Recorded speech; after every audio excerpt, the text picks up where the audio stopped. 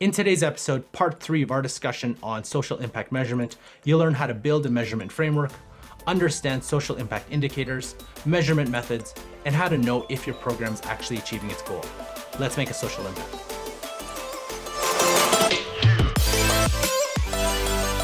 Hi everyone, I'm Carl. Welcome to the Social Impact Show, where CSR professionals get the latest strategies and tips to help them scale and grow their CSR and goodness programs. So my two special guests today, their names are Nicole McPhail and Emily Hazell. They are the co-founders of Darwin Pivot. This is part 3 of our discussion on social impact measurement.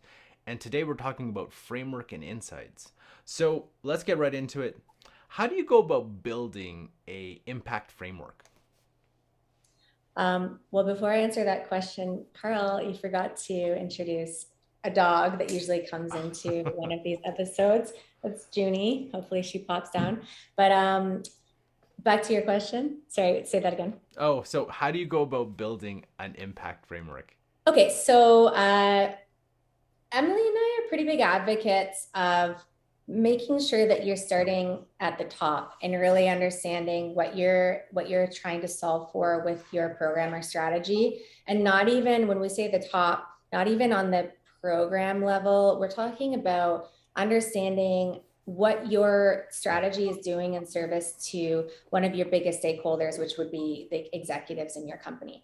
Because if you can understand how you can solve for that, then you can think about metrics on a couple different levels. One would be, how you're supporting the business. And then the second would be how you're doing operationally. And, we've talked about this before. The third way is typically, companies trying to figure out how they can measure the outputs as outcomes in the community, which is really challenging. So having provided that context, stepping back to your original question, you got to figure out what you're solving for. You got to figure out what your stakeholders care about. And then you can start to map it out and align both the strategic measures of success and how you can actually accomplish that, and the programmatic measures of success. So for instance, if you're looking at, employees, how much they're giving back, how often, where, why, and identifying some of those opportunities and gaps there. And I think in terms of building you can take a very hands-on, easy approach is actually starting to storyboard and write this down, ask yourself the question, what am I solving for? And start at the top and then move down from there and start to compartmentalize and bucket some of these components of what you're trying to achieve. And it can help you really organize just your train of thought around it, just preliminary when you're kind of starting off, or if you're taking over a legacy program or whatever. Actually, writing down, it seems like an obvious statement, but a lot of the times people aren't thinking about that, and actually going through that process can really help. And to give an example of this, so say your company is really focusing a lot more efforts on DEI initiatives. So as part of your CSR strategy, you should certainly be thinking about how you can solve for that with diverse opportunities that are impacting certain organizations in the community that also support this. So from a very transactional level, and when you're reporting out to your executives, if they care about this, you can talk about what percentage of, say, volunteering opportunities are to these types of causes by what groups. Just one bucket. And then you have another bucket, which is maybe around employee engagement. And then you could look at participation rates and then qualitative data around sentiment and the pride that they have working for a company that has a program like this. So, you just break it apart, and then it will feel a lot more simple when you know exactly what you're solving for and think about the data that you actually have that will tell that story. And this is a big thing. Don't make up data, and don't be misleading about the stories that you're trying to show. Well, and again, in this process, by going through that process of actually bucketing and writing it out, it also allows you to see more clearly some of the gaps maybe in your data. And so you can just make note of that, and then that can, it can be something that you're prioritizing after. But it just helps you kind of come up with a roadmap for where you are and where you want to be. And I think that when you are doing this, you do need to keep in mind that there is a culture component. And I'm not talking about corporate culture. I'm talking about a culture in its real sense. So the behaviors that you're seeing in one country might be drastically different in another country. So it has to also be localized. So you can't have a centralized like data dashboard that isn't factoring in the nuance from like specific countries and cultures too, because it's just not going to be effective, and you'll be really disappointed in your results. And so let's talk a little bit about what are the social impact indicators. Well, this depends on how you're defining social impact at your specific company. Social impact is a word that's thrown around just like CSR. It could mean everything from, all of the pillars that fall under CSR, like even down to supply chain, or it could be social impact could just be a granting program that you have. So to Emily's point, the indicators have to be broken down into buckets, and the indicators vary based on the components of your strategy and what you're solving for. But at a very high level, the indicators are basically, as it sounds, the little indication of how you are doing against whatever goal you're trying to achieve. And those should be tracked and measured consistently over time. So while the metrics might change, the indicators are basically the informants of the health of whatever it is you're trying to do.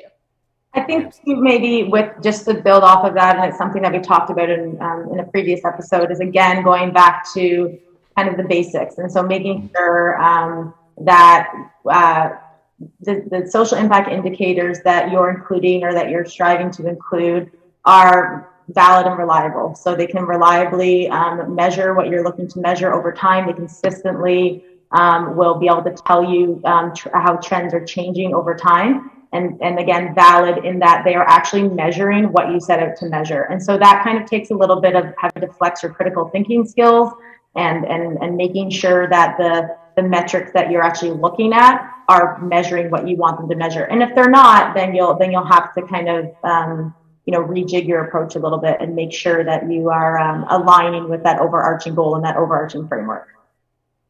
And I think to like give an example of like the valid and consistency, it doesn't have to be like high level metrics. So it doesn't just have to be like the giving and the volunteering. Like a really great metric would be if you have a goal around basically indoctrinating people into your social good component of your program, you could consistently track how many people are engaging in some sort of social good action, whether it's giving, volunteering, doing like, missions through Benevity. When are they doing this? Are they doing it in their first 3 months? And then tracking that over time to understand like your engagement strategies for net new employees. Like that's a really great metric that you could see and then look at over time. Okay, well, we tried something different. These are the variances in the behaviors.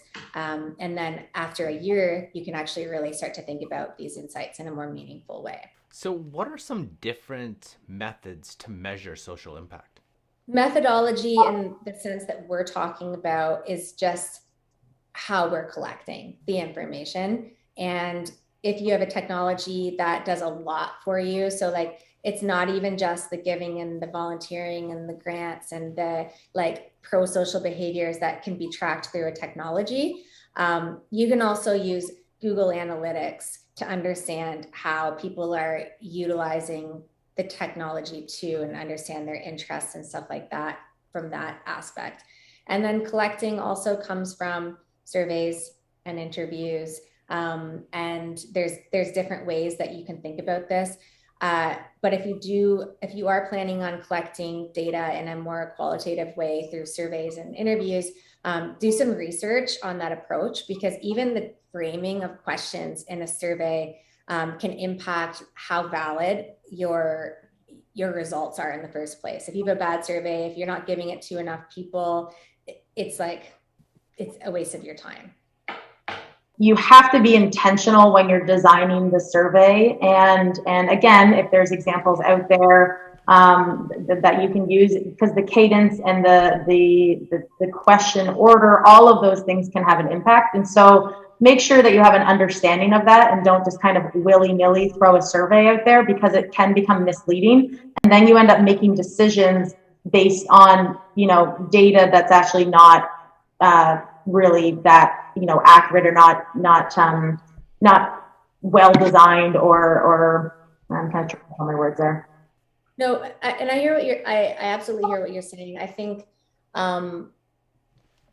you also, in terms of the surveying, you also have to remember the timing in which you're giving the survey. So like qualitative data is so important to help dissect and overlay the quantitative data that you have. And Emily talked a lot about this in a different episode. So for instance, if a merger and acquisition is happening or a mass layoff is happening, and you send out an employee giving a volunteering or a social impact survey, the emotions that people are experiencing might impact the answers that you're getting. So the surveys seem like a no big deal, but they are really important. You have to be strategic to do your research before you start sending those out for collecting your data. But I would say those are the two main ways, the technology and then the qualitative through surveys and interviews. So you've built your program, you built your frameworks, but so how do you go about knowing your program's actually doing well, it's working, and it's actually achieving not just the program goals, but I guess the business goals as well? Yeah, awesome question. And I think that we have to ensure that we're doing our research before even getting into designing your strategy, and then metrics come after you understand your priorities. So external research to understand benchmarks, to really know where you should be, is going to be a really important first step. So then you can set realistic goals and put a stake in the ground.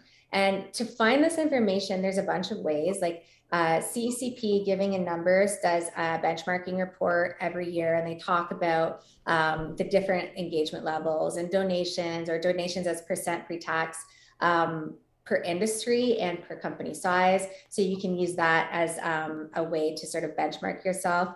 Don't limit yourself to that. Like I always say, go aspirational when you're benchmarking, but that's pretty much at the external. And then also, if you're a part of a company that has like a technology like Benevity or some of the others, you have a really great community there that you can sort of share best practices and like where you're putting that stake. And in lack of those, say you're a smaller company and you're trying to figure this out, just set a goal and then work towards that goal. And you'll see over time, as you're consistently tracking, whether or not this stake is too far and you need to pull it back, and you can modify. But it's really important to have that context. Otherwise, you're sharing your dashboards and reports with people, and they don't even know what that means. Like, okay, well, how are we tracking against, where should we be? This is us. So that's what I would say. It's just make sure you do your research and have sufficient benchmarks. It's just, if you don't measure and you don't track it, then you would have no way of knowing kind of where you're at, or how would you know if the program's improving if you're not actually, tracking progress over time. So again, you might start with a goal and then, kind of check in the next quarter or 6 months or a year and be like, well, that goal was unrealistic. That's okay. You can reframe that up and work back to it. But you have to start somewhere in order to get that initial measuring stick, so that you can go back and then learn, take those learnings and be open-minded and kind of keep the conversation going to make sure that you're kind of building the best, most inspirational program that you can. Because I would argue too, so like really relevant, I think sometimes we have the inclination to set a percentage increase over time. Like every year we'll increase X by 2%. Okay, well, that works good for budgets. Like if you're trying to pre-plan and like get that buy-in from investors, but who's to say that you can't, like once you start to understand, to Emily's point, like how you're operating, you have a lot more information to know, like, we can do this by 7% because now we've looked at this data and understand these are the changes that we need to make. This is where we're going next. But until you start tracking it, you don't have that information to understand like cause and effect as much as you can at that point. cause and effect is hard because there's so many variables, but you catch my drift. So do you have anything else in terms of like to add in terms of building frameworks or, looking at the insights from your data, from your programs? Mm-hmm. So many. So you're going to have to keep us under control here, Carl. Stop us when you're sleeping. But I think one big thing is something that you see at an aggregate level shouldn't be how you're making decisions. Emily can probably talk more on this one, but you really need to know how to slice and dice in order to discover new insights that can inform you on how well you're doing and whether or not the assumptions you're making potentially at that aggregate level number are accurate. Emma, do you want to jump on that? Do you have any thoughts? Yeah, I think you need both the aggregate numbers and the more kind of smaller, finer resolution numbers. Like both of them work together, and so you need the aggregate numbers to kind of as you said, like you're putting a stake in the ground, or you're understanding the broader perspective. Like you can't just be, looking at one individual behavior. So you need those aggregate, numbers at the company-wide level or country-wide, depending on how big it is that you can look at. But you have to then layer onto that those more finer resolution. And so again, if you can think about kind of zooming in, zooming out, you need to zoom in to actually then understand why. First of all, there's going to be differences and discrepancies across the whole company, depending on how many locations or offices and teams, et cetera, that you have.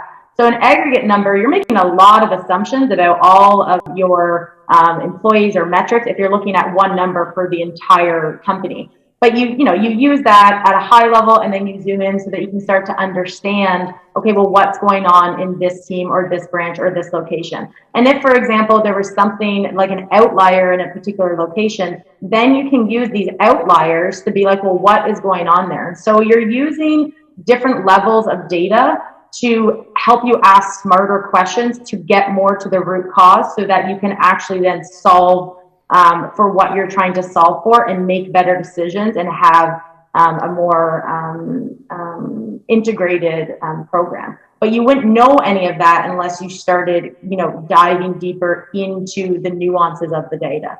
So often, sometimes you don't want the outliers to dictate a lot, but the outliers for me when I'm looking at data just kind of sparks a little bit of an interest of like, oh, why is that going on there? So you use that to kind of spark your interest and be curious.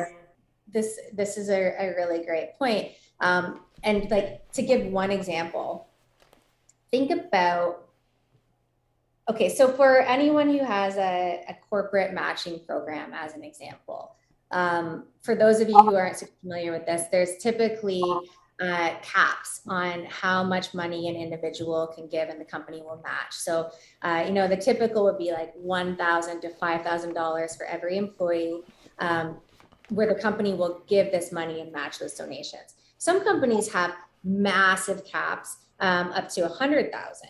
And so if you look at, say, a bunch of executives who are giving to their, universities that they went to, or whatever organization that is, large sums of money.